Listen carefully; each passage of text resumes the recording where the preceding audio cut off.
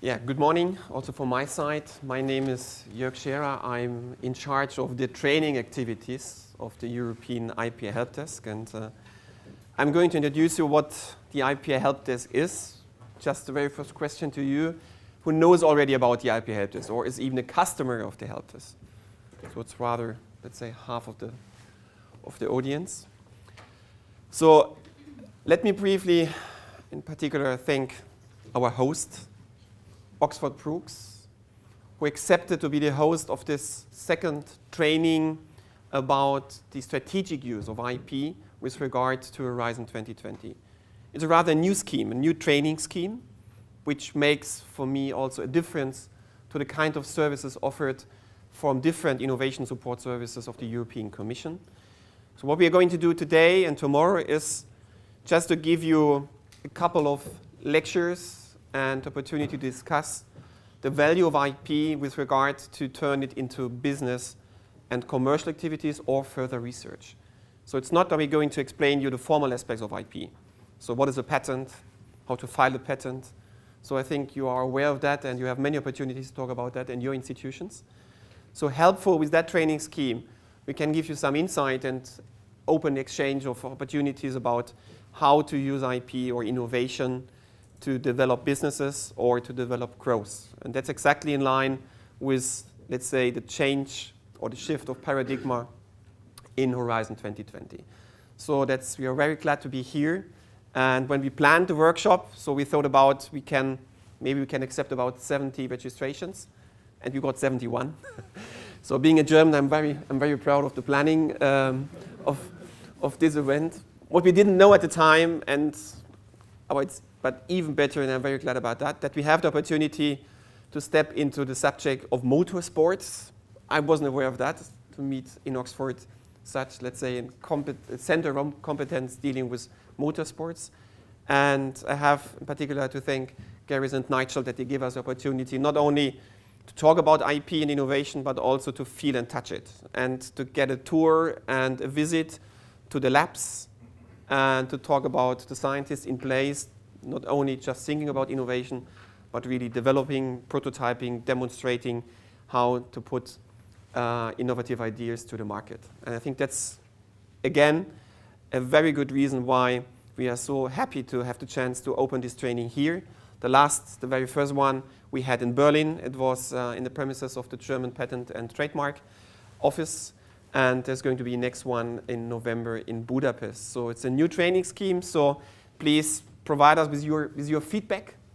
We are looking forward to receive your feedback, your criticism, even whatever you think could be made better. But we did our best to put together a program, not only just, and it's a very short introduction session, to bring you into the scene in a way that we introduce, let's say, the regulatory framework of dealing with IP and innovation in Horizon 2020. But this is really the start of the program. So that's going to touch you in the next hour. But then I think we brought together a couple of experts, and I'm very grateful that Eugene Sweeney helped us to organize it and to coordinate to get such, let's say, highly valuable trainers and experts on board for that training. And they are practitioners. And please use also the opportunity to talk to them in the coffee breaks, in the lunch break, about your subjects, about your ideas. And so we are very hopeful that at the end of the day, you will not only have a number of, let's say, presentations, but also good ideas, good strategies, good opportunities which you bring to your institution. And we're collecting a couple of different organizations today in the audience. Most of the persons come from higher education institutions, from universities, but also from research centers. And we have a couple of participants also from small and medium-sized companies, which we are also very, very proud of, because we know that it's very difficult for SMEs to take the time to be there for 2 days absent from the company and to learn and to discuss about IP and innovation. But I think we all know how important it is, in particular for SMEs, to participate in Horizon 2020, and we all know how difficult it is to be successful in Horizon 2020. That's why the very first day of today is addressing how to address IP and innovation in the proposal stage. because that's exactly where we stand now. So Horizon 2020 has started, and I'm sure a couple of you have already submitted proposals, and we know that innovation and impact is something which we have to address more seriously and to spend more time and more thoughts on it, maybe as it was in the previous program in the FP7. So I think that workshop is exactly meant in order to help you and to give you some insight in what is expected from you if you apply in Horizon 2020. And tomorrow, the focus will be on the implementation of the projects, because it's nice to have some ideas, to have some strategies, but when the project comes into place and we have to think about how to develop exploitation plans and how to develop business opportunities, it might be good not only to see about some potential routes for exploitation and channels for commercialization of research results, but also to have some concrete results and examples. So we are happy to see some success stories like the bamboo bike or others, examples where a university achieved to turn academic results and findings into commercial products and services. So that's what we do, and I'm going to start the session with a presentation of what is the European IP Help is about, because the idea is not just that this is a one-stop issue, but whenever you have questions and you would like to address to the helpline or to the help desk, then you will see there are a couple of other support initiatives and support services available for you. But before I start with that one, I would like to ask Claire, come and also take the opportunity to thank all the team members being in charge or having been in charge of the organization for the work. And I'm happy that everything is ready now. And now I think we would like to introduce some pragmatic issues to your audience so that you know what will happen in the next 2 days. Thanks. Just the real important information now. No, just a few details for you. Just going through the agenda, you can see that we have some little coffee breaks. All these coffee breaks will take place in the little cafeteria. When you go outside of the building, just on the left, there will be, there should be, coffee and some little snacks for you, as well as the lunch. We will take the lunch over there as well. And the get-together will take place at 5:30, because we thought the session, we will try, Eugene will try to end the session at 5 o'clock. So the 2 guided tours you're so kind to provide to us could take place from 5 to 5:30. And the group who will visit the robotics, I think will go this direction. Follow me. Well, follow outside of the building to the left, but the other one, visiting the motor, the Formula 1 cars, will go to the right direction. So the get-together will take place at the motor labs. So the group of the robotics should just please come back for the get-together then there. Then we have beer, soft drinks, and some nibbles for you. And some other information concerning, for example, Wi-Fi. Who couldn't already subscribe for the Wi-Fi codes, just outside there is a list. We just need your name and your email address, and then you can get an individual Wi-Fi code. And for the tours, there will be 2 lists as well, and we kindly ask you to subscribe also if you want to take part in the one or in the other 2, because they will take place in the same time. So 2 different groups will visit at the same time. If you forget anything, yeah, one very important information. I don't know if you recognize the 2 big cameras there behind you. We are filming the whole session, means today and tomorrow. We indicated this information already on the website, but of course I'm sure that not every one of you had a final look at the website in the end. But who doesn't wish to be filmed also, because we will film also the Q&A session. Please just indicate it, and of course we won't film you, just for your information. That's it, and I hope you will have a good time. Thank you, Claire. So I think you noticed already, whenever you have any question, please address to Claire. She's a very important person today and tomorrow, and hopefully we'll find any answers for your questions. And I hope you'll have a nice time and you'll have a good stay here, because I think we already experienced a great hospitality from the host, and hopefully you will also like the program we offer from now on. So I have the pleasure to start with a very short presentation about the European IPA Helpdesk, which is a service of the European Commission. And the IPA Helpdesk has already been in place now for about, I think, more or less nearly 20 years, with some breaks in between. But I would say it has never been so important as today, of course. I'm happy to say that. And it will be in place also for the next 4 years. So it's really a running service also in Horizon 2020.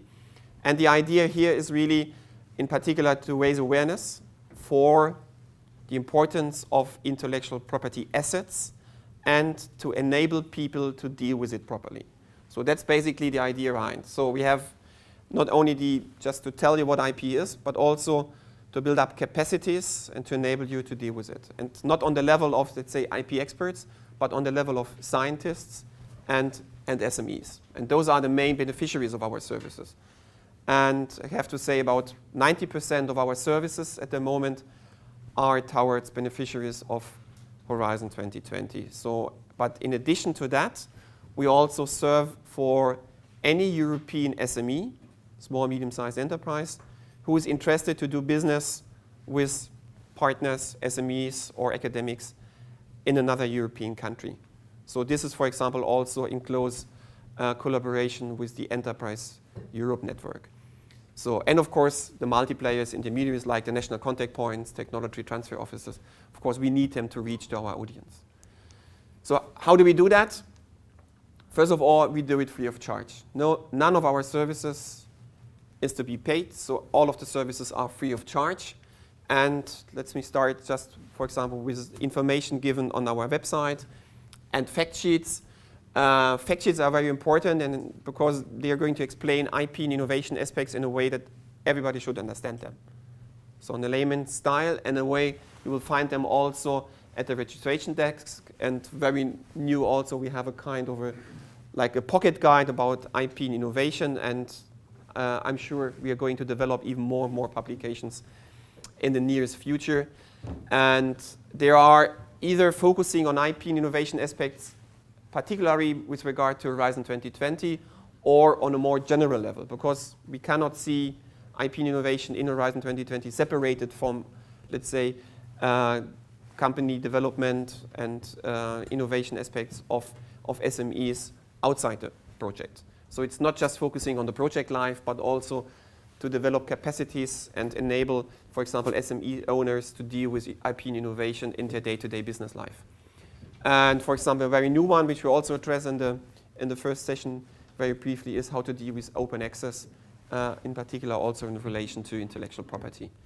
So you see there are a number of topics. I'm not going through all of them, like non-disclosure agreements, licensing agreements, and all of them are addressing very pragmatic aspects and hands-on aspects of dealing with IP and innovation. In addition to that, if you subscribe to our services, you also may receive a newsletter twice a week, or you get access to case studies and so on, and a bulletin, and you see some examples of them on the registration desk. So I think it's not spam, so we are very selective with the type of information we pass to our clients. So I think it's worth to be registered there. This is the new guide, the pocket guide, which we maybe also put on the participant portal. We had a discussion this week in Brussels. And if you work already in Horizon 2020, you know that the main platform of reference is the participant portal. And there is an IP section still missing. And so you will also have the IP guide there in an electronic version. The backbone of the help desk, of course, besides training and awareness raising, is the helpline. So there are people. There are people sitting in Luxembourg. So we are actually a team of 3 institutions. I'm the CEO of a small and medium-sized company in Germany, and we have 2 partners in Luxembourg. And in Luxembourg, we have the helpline. So there are legal experts, and they are waiting for your emails, for your calls. And if you address a question to the helpline, you will get an answer within 3 days. And if you have further questions, you can even call the colleagues, and hopefully you get an answer which helps you to manage the issue. And also if you have questions related, for example, to some agreements and you would like to have a neutral opinion on it, or you would like to get a feedback on it, then of course you can send those documents, of course always in a very confidential way to the helpline. So you see the kind of services or questions we receive. So questions dealing with non-disclosure agreements or consortium agreements, or questions addressing financial aspects of IP and innovation in Horizon 2020 and so on. So you see there are a couple of questions, and you will also get access to the slides anyway. So you don't have, of course, to note all of them. All the slides we present here, you will get access to them. How can I protect my ideas? And consortia agreement, and I'm sure once we enter now in the grant preparation phase in Horizon 2020, and hopefully you got already the first invitations for grant preparation as a result from the very first calls, then of course consortia agreements again are a very hot topic for, in particular for our staff members in the helpline. The training, we have different training schemes. Of course we have those larger trainings organized with the help of local organizers focusing on specific aspects like Horizon 2020, but of course there are webinars and on-site events on request. And we get, I would say, a large number of requests for training. So we had about 1,600 people trained already in the first 6 months of this year, and mostly with regard to Horizon 2020. So this is, again, if you would like to recommend that training, hopefully at the end. So there will be a last one for this year in Budapest in November. And there will be other trainings coming up dealing with IP in business. So they are not focusing on Horizon 2020. If they would like to get more information about how to turn IP into business aspects, not focusing on results of Horizon 2020, there are a couple of other events coming now still in October and November. So the webinars, it's quite successful. We introduced them a year ago, and we have more than 2,000 people there in our webinars because it's quite convenient, of course. And even it could be done on request. So in your institution, if you would like to get a webinar for my staff or for my team or on faculty level, group level, or I think that's something we can always offer a kind of a webinar with our experts. So that's quite easy to organize. That's something you might consider also for the future. Yeah, and if you organize an event and you would like to give us a chance to be visible and to be present, so we're very, very happy to get that information. So we do not work alone. We cannot do that. Of course, we are pretty much embedded in a team of innovation support measures financed by the European Commission. And for example, the Enterprise Europe Network is a main stakeholder. The national contact points, of course, are stakeholders. And there is a scheme of other help desks. So if you say, okay, I have a specific question because I would like to negotiate a licensing agreement with a partner in China, or to do business, or to enter into a technology cooperation agreement with a partner in Latin America.